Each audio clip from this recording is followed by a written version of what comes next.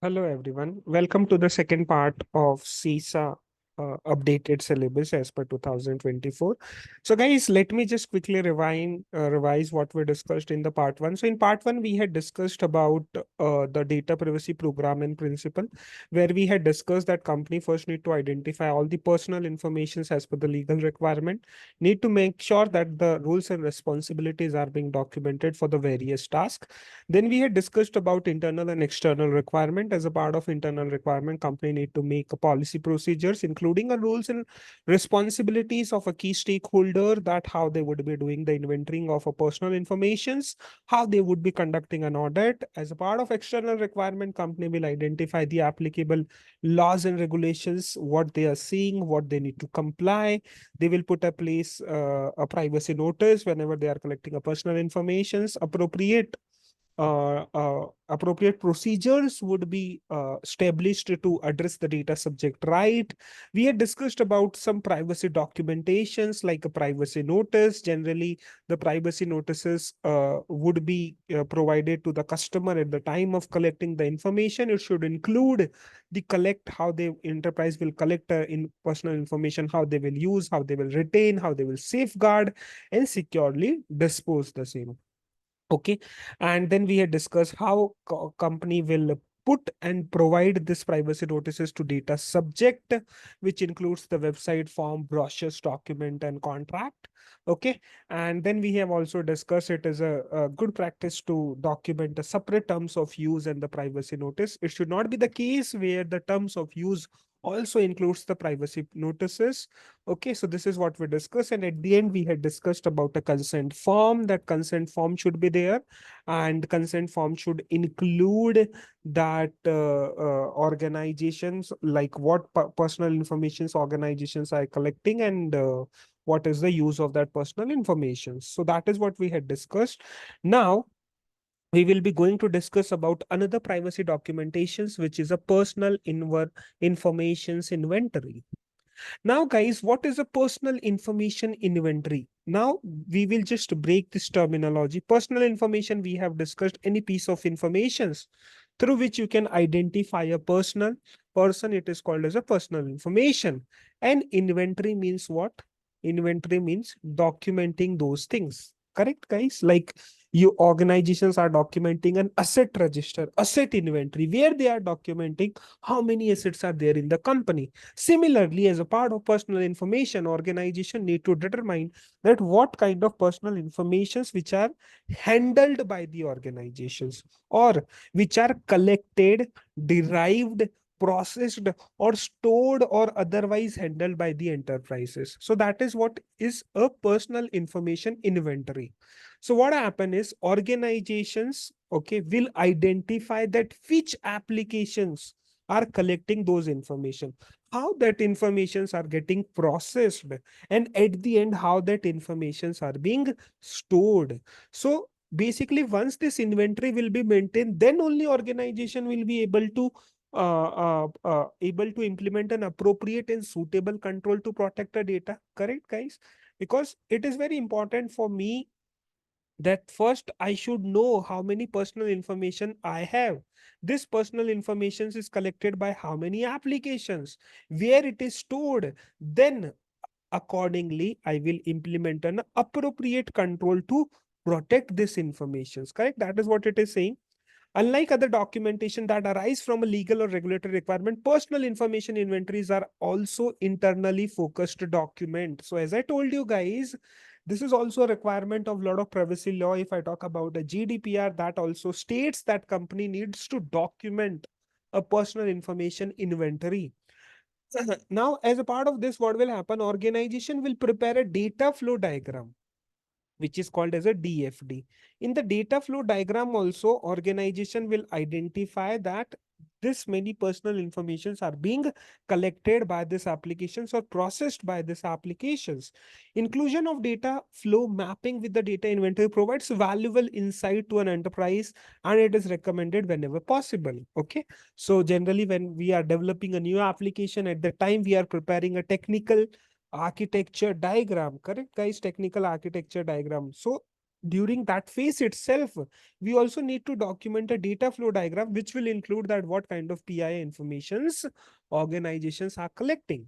Because the inventory is not a regulatory requirement in itself, there is no universal definitions of personal information. Each enterprise must first determine the specific information it seems to be documented in its enterprise personal information inventory.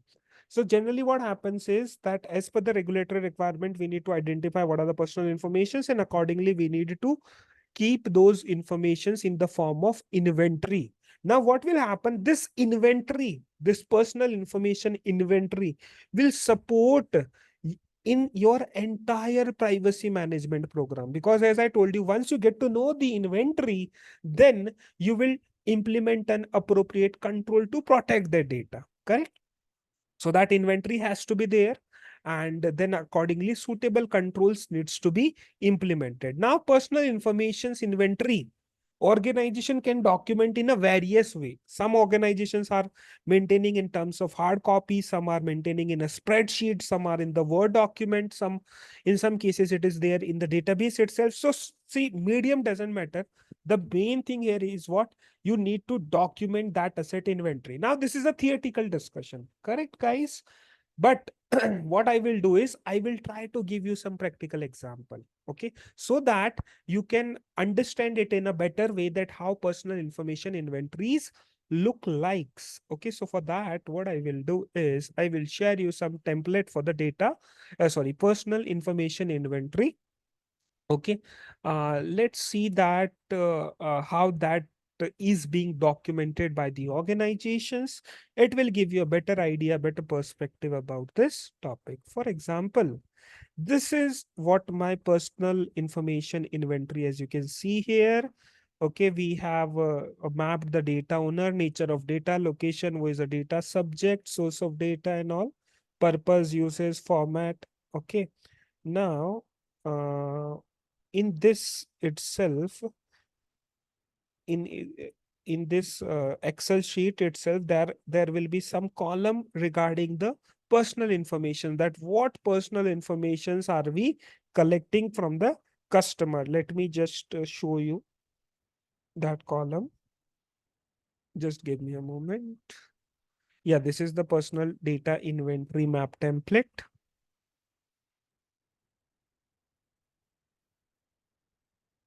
So basically here you can see, okay, personal data type. So here you can write the different types of personal data, whether you are collecting the Aadhaar, whether you are collecting the PAN number, whether you are collecting the driving license number, mobile number, name, okay, any kind of personal informations which you are collecting, you need to write that informations, like whether it is collected, whether it is stored, whether it is processed, whether it is processed within the organizations. Are you doing any transfer of this information outside the country? Till what time you will retain, and when you will dispose, and how will you dispose? So see, what happens is every organization will be having their own template. I'm just giving you a brief idea that this is how it is documented in a real life. Like here you can see that the name of personal data are given: name, telephone, address, DOB, DL, passport, visa, okay, personal healthcare informations, PH. So this is how organization will maintain the inventory of data. I hope this is clear to everyone. Okay, so this is about a personal information inventory. Now, other kind of document which includes the activity log. Now, log, we already know what is the use of log. Okay, log is all about tracing a transaction. So as a part of activity log, for the purpose of data privacy, will include what, guys? Name of individual who have attended a training. Now, this is not a complete or exhaustive list. This is just a few example that as a part of privacy, uh, uh, as a part of privacy governance framework, organization need to maintain a log of name of individual who have attended a training, who have successfully verified their identity, the identities of those who have an access to the personal information. So there has to be log for each and every transactions, okay, done by an individual in the applications. So that log needs to be documented.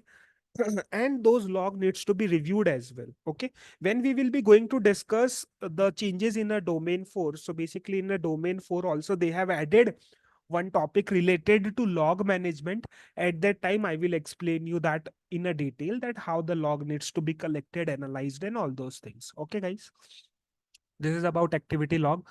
Data protections legal requirements. So as I told you initially itself, guys, organizations or enterprise need to identify what are the applicable privacy legal requirement, okay, in their country. Accordingly, they need to ensure that their system, applications, network, and other services are complied with that legal requirement. Okay guys, okay, so this is about a data protections legal requirement.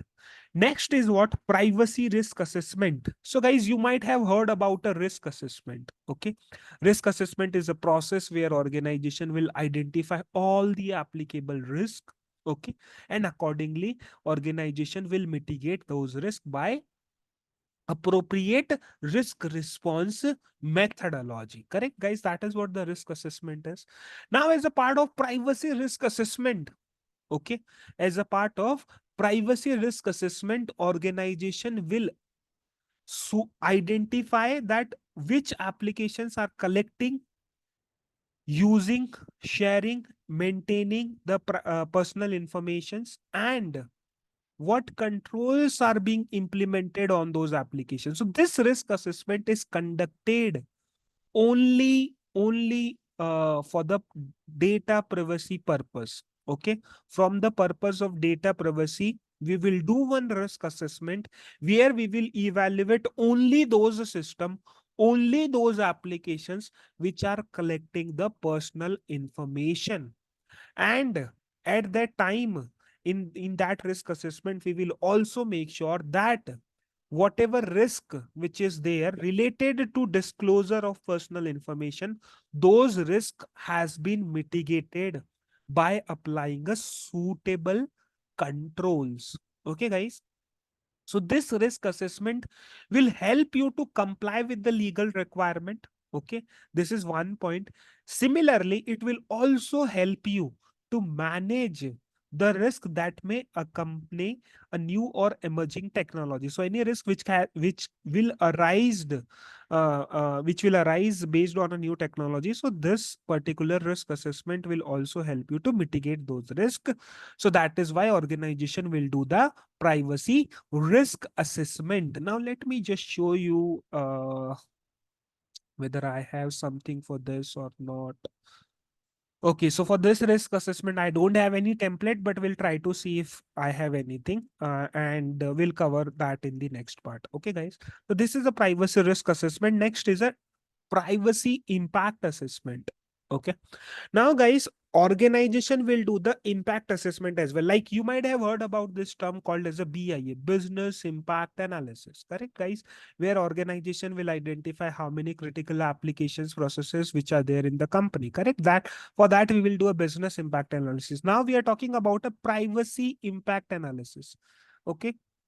So in that impact analysis also you will check that all the personal informations which we are using, which we are sharing, those informations are being protected, okay, and appropriate controls are being implemented. Okay, so basically now just read this. A PIA report details the finding of PIA and includes an associate documenting detailing how the discovered privacy risk will be appropriately mitigated. Let me just show you a privacy impact assessment report that will give you some better idea about the PIA.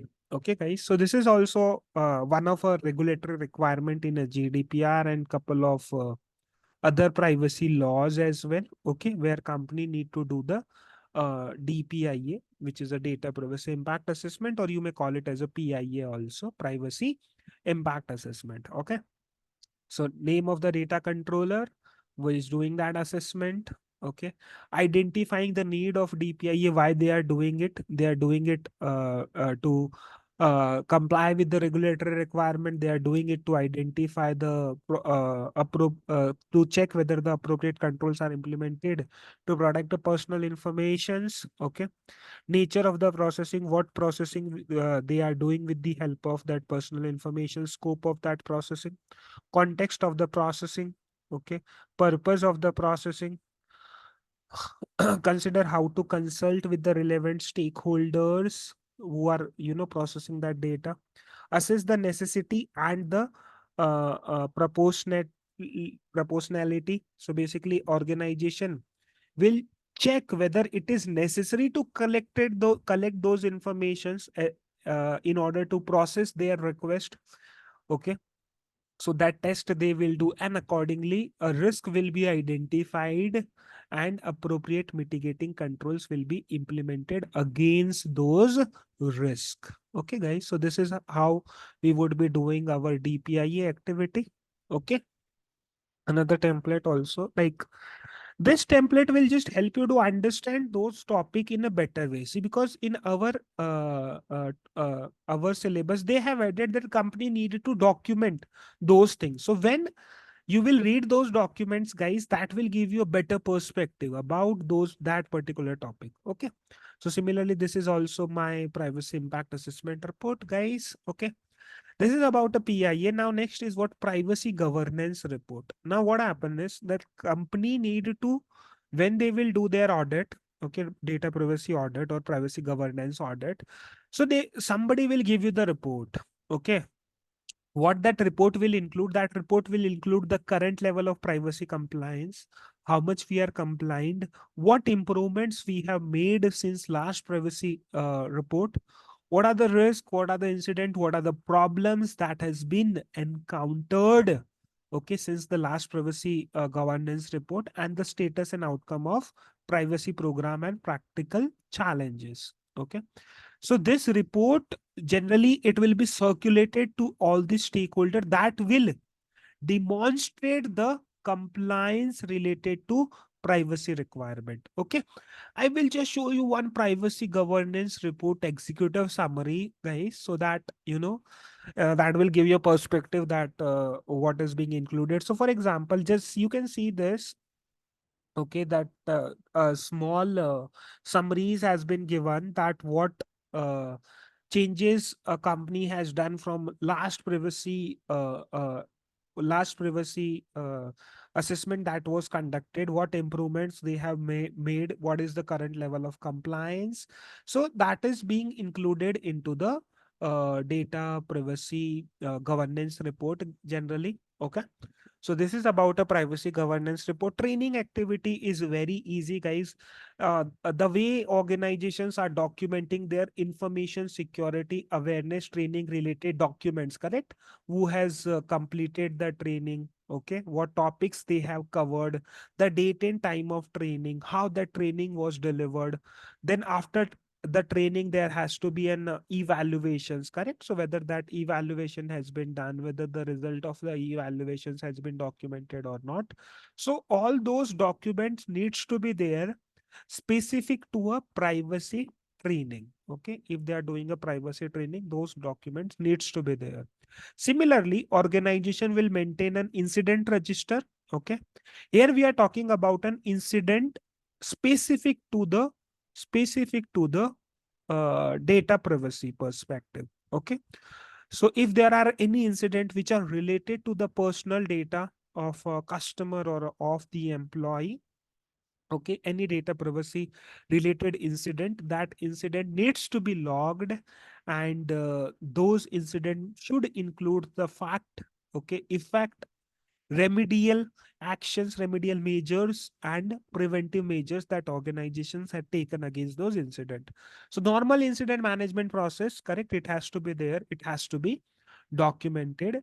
Similarly, organization need to document an individual right register, correct, individual right register. Okay, so basically this also you will find in the privacy law itself, that what kind of rights has been given to the individuals. Okay, and when that individual will exercise that right, how company will process their request. In GDPR, we have a right to ask the data deletion. So suppose if company get that request, how they will process that request, that is what is included into the individual right register. Okay, guys. So this is all about the type of documentations which we had discussed. Okay, starting from the privacy notices. Okay, that what kind of privacy notices organizations needs to be documented. Then we had discussed about consent form, then personal information inventory, activity log, need to identify the data protections legal requirement. They need to do the privacy risk assessment. They need to do the privacy impact assessment, and governance, privacy governance reports needs to be documented, including what improvements you have done since last assessment, all the documentations related to training, incident, and individual rights. So these are some of the documentations which organization needs to maintain. Similarly, on a periodical basis, organization need to conduct the data privacy audit. Now, in some country, there is a legal and regulatory requirement that they have to do this audit on a year to year basis. Correct, guys. In some company, in some country, there is a requirement wherever the data privacy law is applicable. In some country where this data privacy law is not applicable, few companies are doing this audit as a part of internal requirement. Correct, as a part of their internal requirement. So audit needs to be conducted. Okay. While performing the data privacy this particular audit will demonstrate the standard of due care and support the ISACA privacy principle. Now, ISACA has also their own privacy principle. And as a part of that privacy principle, section 9 talks about the monitoring, measuring, and reporting. So if organization is doing that privacy, if they are doing that privacy audit, they will demonstrate their compliance with the section 9. Let me just quickly show you the ISACA's privacy principle frameworks. Guys, what is this framework? So this is the ISACA privacy principle framework. Okay, this is a section 9 which talks about an auditing, that organization need to conduct an auditing, or a data controller need to conduct an auditing. Okay, so yeah, this is about this. Okay, audit process. Now, to support the enterprise, IS auditor play a very, very important role or very vital role in the evaluation of data privacy program, because as an auditor, suppose if you are being appointed to conduct an audit of data privacy program, you need to evaluate the effectiveness of data privacy program. Correct. So at that time, you will check certain points. You will check whether the data privacy requirements are included in the third party contract or not. You will check the clauses related to data retention and destructions. You will check the cross border regulations. Generally, what happens that in each the country, there are cross border regulation that with which country you can share the data, with which country you can't share the data. So those cross border regulations you need to check. You need to check whether that employees are getting appropriate trainings or not, data inventory register is maintained or not, and whatever data subject has a right, if they are doing any request as per their right, then those requests are handled appropriately or not. So these are some of the point which we need to check as an auditor whenever we are doing an audit of data privacy framework. Okay, guys. Now next is what? Data governance and a classification. So this point is talking that organization need to first, what they need to do, guys, they need to maintain a detailed inventory of information asset, which we discussed earlier. Okay. And then what happen is, once that inventory is created, that inventory needs to be reviewed and updated on a regular basis. Correct, guys? The way we are updating our asset inventory, similarly, the inventory of personal information needs to be reviewed and updated on a regular basis. The information owner is responsible for the information and should be decided the appropriate classification. Now, what this point is talking about, that once you have created that inventory, you need to classify the informations, correct? As per the data classifications policy of the company. Correct. Data classification policy will include the various kind of classification level. So data classifications is one of the major part in managing the data or asset. Okay, so organization will first define their data classification policy. You might have seen the data classification policy, which includes the different classification level, like public, internal, confidentials, and restricted. Correct. Now a information owner or the asset owner, they need to classify the data as per the data classifications policy. Public means what? The data is freely accessible. Internal means what? That data access should be restricted and it should be limited to internal employees only. Correct. And private means confidential means what? That data needs to be kept private. Only limited person will be having an access to a data. And restricted means what? It is a highly sensitive. Okay, and it needs to be protected with utmost care.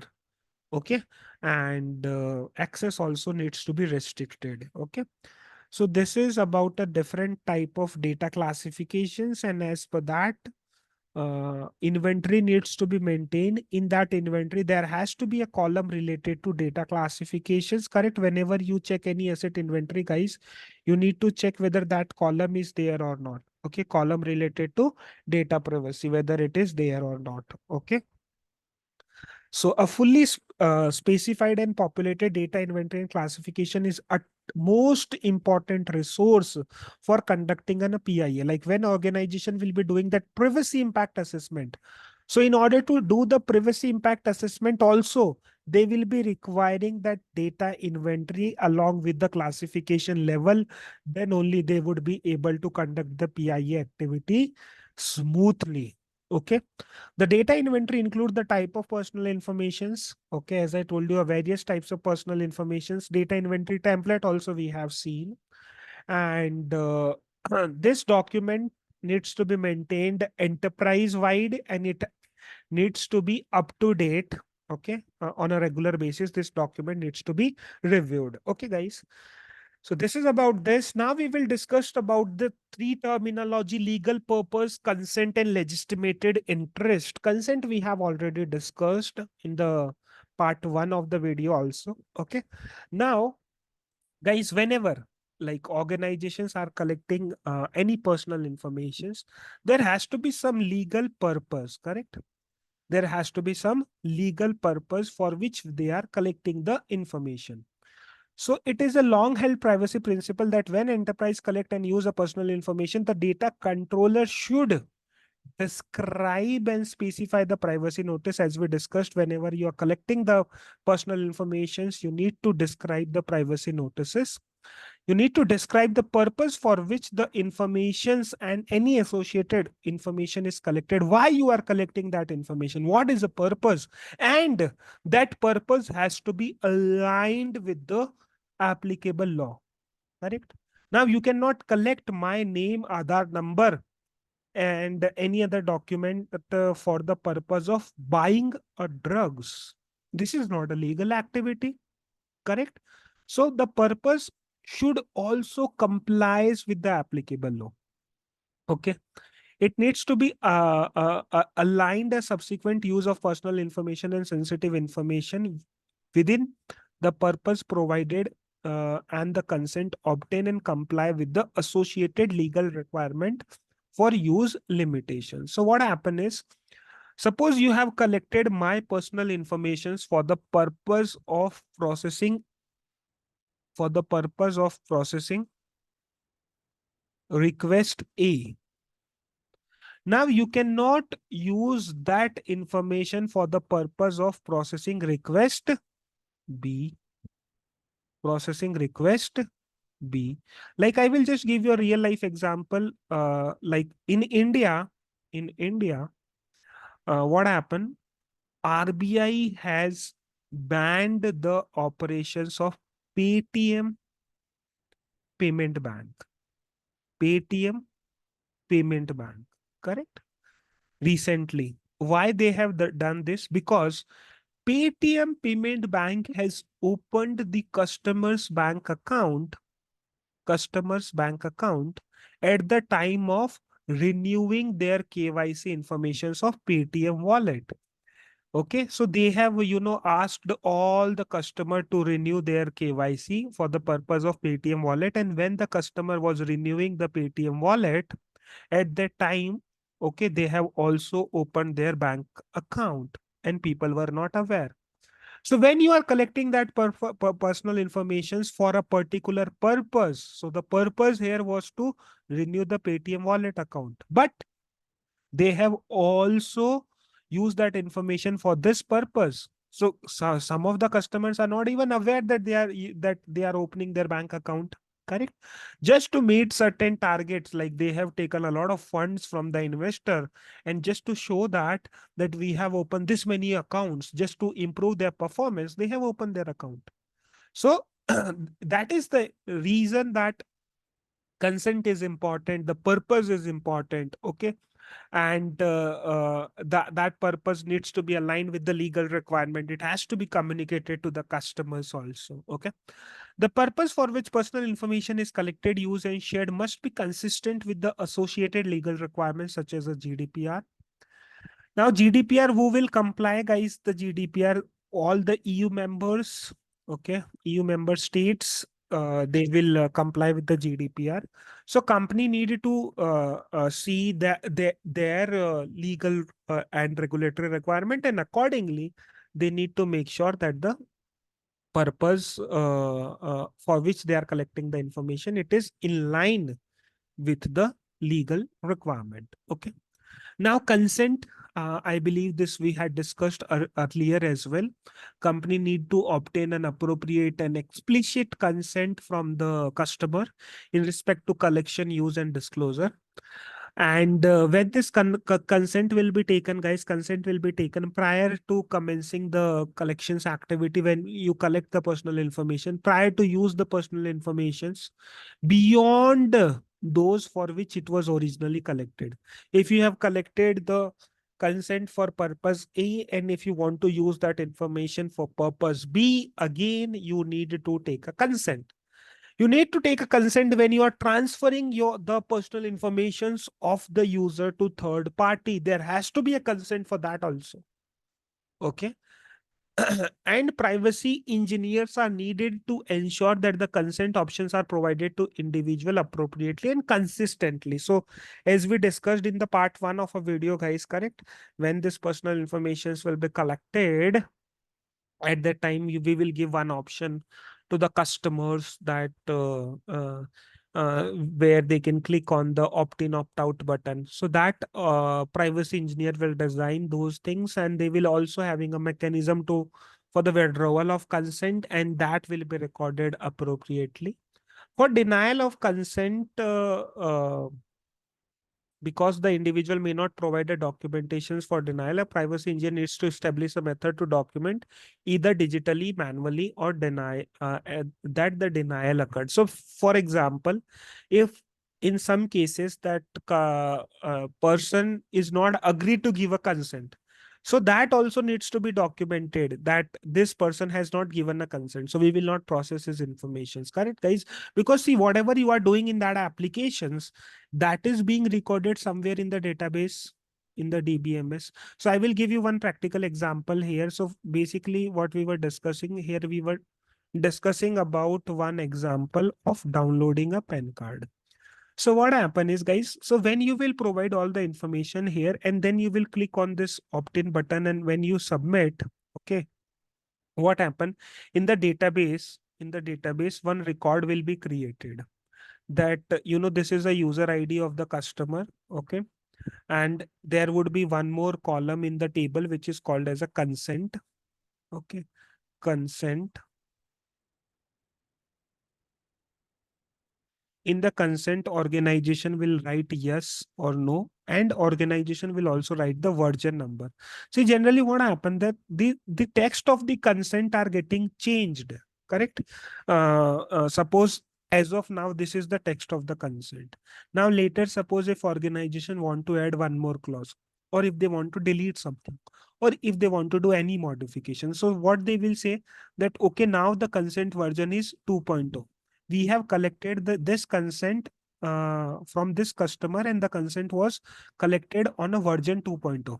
So there has to be some trace, there has to be some log that what consent customer has provided. See, basically what happened in the database, it is very difficult if we capture the consent in as is format. Suppose if I am against each the transaction, if I will capture this in my database, then it will take a lot of space, and also it doesn't make any sense. Correct, guys? So instead of that, what organizations are doing, they are including the version number into the database, that this consent was taken for version 1.0, this consent was taken for version 2.0, so that we can identify this text, appropriate text, correct, for which the consent has been taken. Okay, guys, so when you will do the audit, okay, you can ask the company that how they are documenting the consent in the database. Okay, now suppose if companies are working under a different jurisdictions, okay, multiple regulations, then they need to make sure that their consent is in aligned with all the applicable requirements. Suppose I have an office in India, I have an office in EU as well, correct, and I have a customer in India in the EU as well. So if you have a presence in a multiple jurisdictions, when the multiple regulations are applicable to the company, company need to make sure that their consent is aligned with both the requirement, DPDP requirement, also with the GDPR requirement. Okay. So it has to be aligned with the regulatory requirement, in short. Okay. So this is a consent. Now, legitimated interest, guys. So as I told you, whenever you are collecting any personal information, there has to be a legitimated interest. Okay, legitimated interest means what? It is a basis for the lawful processing of a data. Okay, so whenever we are providing any personal informations, so there has to be some relationship. For example, you are an employee in a company, you are providing your personal information. That personal information organizations are using for the purpose of creating your annual statement, or for the purpose of filing your income tax returns, correct, they are filing your TDS report and all. So there has to be some relationship, and that uh, relationship will be there between the individuals and the enterprise. Okay, and the the basis of processing that data has to be lawful, correct, as we discussed earlier also. So this is a legitimated interest in a summary. It is what? It is a basis for lawful processing of a data. And whenever we are providing an information there, it is done based on a relationship. One example I have given. Secondly, like when organizations wants the informations about a patient, for example, during a COVID scenario, they were publishing a lot of statistics that in this state, this many COVID patients are there, correct? So this is also the processing of personal information they are doing for the legitimated interest. The interest in legal life of an individual could supersede the interest of enterprise if individual did not reasonably expect a further processing. Okay. Now, what is this point? The interest in the legal right of individual could supersede the interest of enterprise if individual did not reasonably expect a further processing. A classical example is this only. In this case, they have used their personal informations, okay, and for the purpose of opening a payment bank account, but the data subject, the data subject was not interested in the same, correct? So the interest and the legal right of individual will supersede the interest of enterprise if individual did not reasonably expect a further processing. Similarly, for example, if you are using my personal information for the purpose of selling guns, selling drugs, so this is not the legitimated interest. You cannot call it as a legitimated interest. Okay, so it is very important for for the privacy engineer to aware about such legitimated interest, that what is included into the legitimated interest. For this also, like in GDPR, there is a requirement that company will do LIA, which is a legitimated interest assessment. Okay, and when company will be doing that legitimated interest assessment exercise, they will involve the someone from a legal department. Okay, because it is all about the legal requirement also. So they will include the legal department persons as well, and that legal department personnel along with the privacy engineer, they will do LIA, in which they will identify the purpose, necessity, and the balance element that will determine if decision can be made on whether this is legitimated interest is appropriate or not, whether it is lawful or not. Okay, so for that they will do an LIA. Let me just show you the LIA template as well. So this is my LIA template where I'm doing a purpose test. As we discussed, purpose test they will do, necessity test they will do. Okay, is it necessary to collect that information? What is the purpose? What is the benefit? Okay, so that they will do, and then balancing test. So three tests they will do as a part of LIA. Okay, so this is how it is conducted, guys. So this is about an LIA, legitimated interest assessment.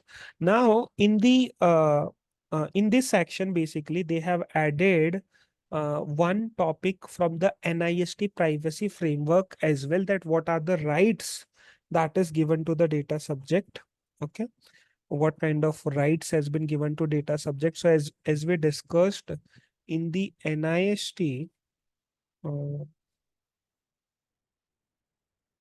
we had discussed about NIST privacy framework, correct? This is a complete privacy framework. In this privacy framework, there are a lot of this processes, sub processes, and controls. Let me just show you.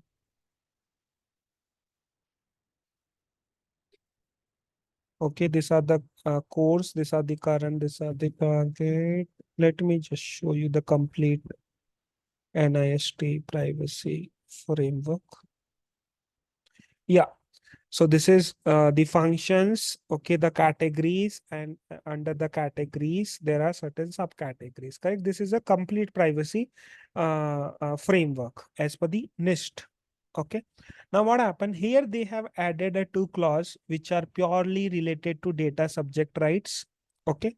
What kind of right access has been given to the data subject as per NIST privacy framework? Okay. So they have added this control P.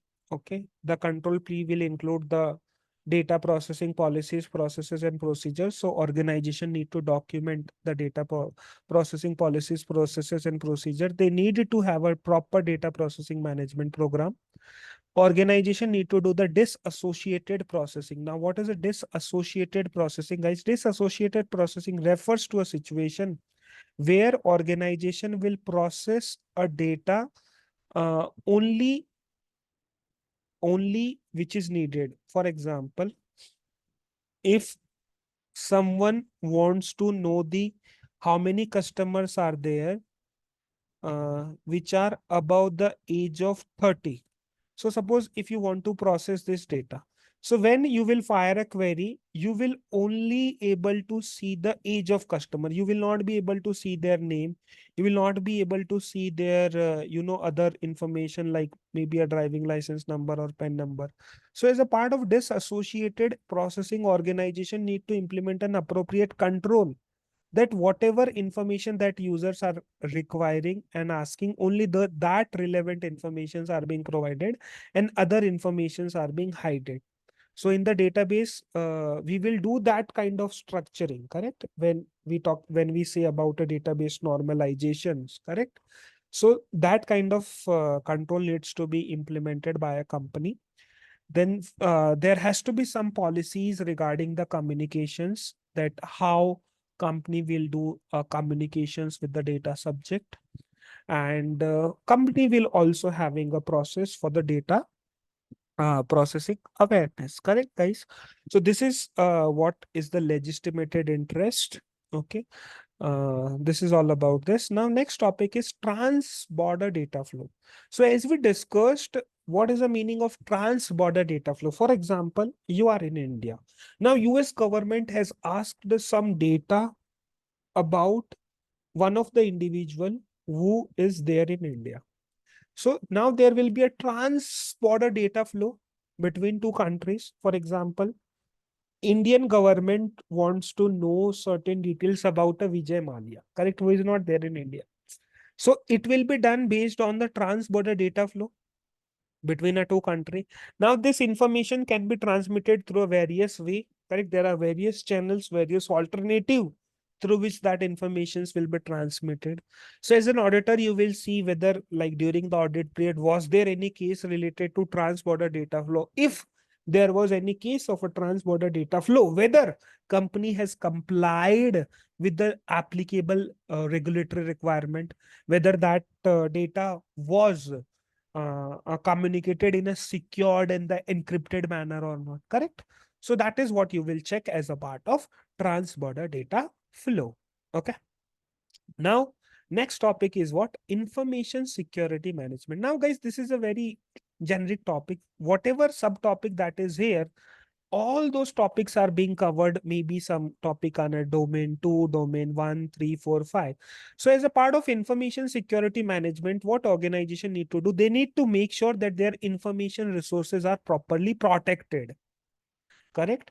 For that, what organization will do? They will form an information security team, correct? IST team headed by a CISO. And that team will be having a responsibility that they will be doing a risk assessment, security policy development. All these two topics are covered in domain 1. Incident security awareness training, system security architecture designs. So incident like is covered in a domain 4. Security awareness training again in a domain 1.5 also it is there. Security architectures and design again it is there somewhere in a domain 4. Okay. Vulnerability management, it is also there in domain 5. BCPDR domain 4. So what I'm trying to tell you that all these topics are already covered somewhere in domain 1 to domain 5. So just I will give you some brief idea about each of this. That organization need to do the risk assessment. They need to document a security policy. For incident also there has to be some defined process, how incident will be documented, how it will be responded. They need to do a proper security awareness training on a regular basis. All the security architecture diagram needs to be documented, approved by the management, correct? Vulnerability management program needs to be there. So as a part of vulnerability management, organization will be conducting a regular VAPT exercise. They will identify how many vulnerabilities are there. Accordingly, suitable remediation action plan will be developed. They will be developing a process related to continuity of a business and disaster recovery. Identity access management, where they will make sure whatever logical access given to the users, it is given as per the principle of least privilege. Okay. They will identify applicable compliance and regulatory requirement and adhere with the same. And SIM, where all your security logs will be collected and analyzed. This topic we will also discuss in domain 4 when I will be uploading a video on domain 4. At that time, I will discuss very much in a detail about an SIM. Okay. So these are some of the controls which needs to be implemented as a part of information security management. Okay, guys. So that is all for our today's video, guys. We have completed all the changes which are there in a domain 2. Okay. Likewise, you will see another video on domain 4. Okay. So if you learn something from the video, guys, please don't forget to like the video, share with all the friends who are planning to do the CISA exam as per the new syllabus. Okay. And if you don't want to invest into the new review manual, you can do your, study with the help of these videos also. In the future, I am planning to make a video on question and answers also. So whatever new topic has been added, on those new topic, what kind of question and answers can come in the exam. For that also I'm planning to make a video. Okay, that is all, guys. Thank you so much for your time. Bye bye, take care, see you in some another video. Thank you so much.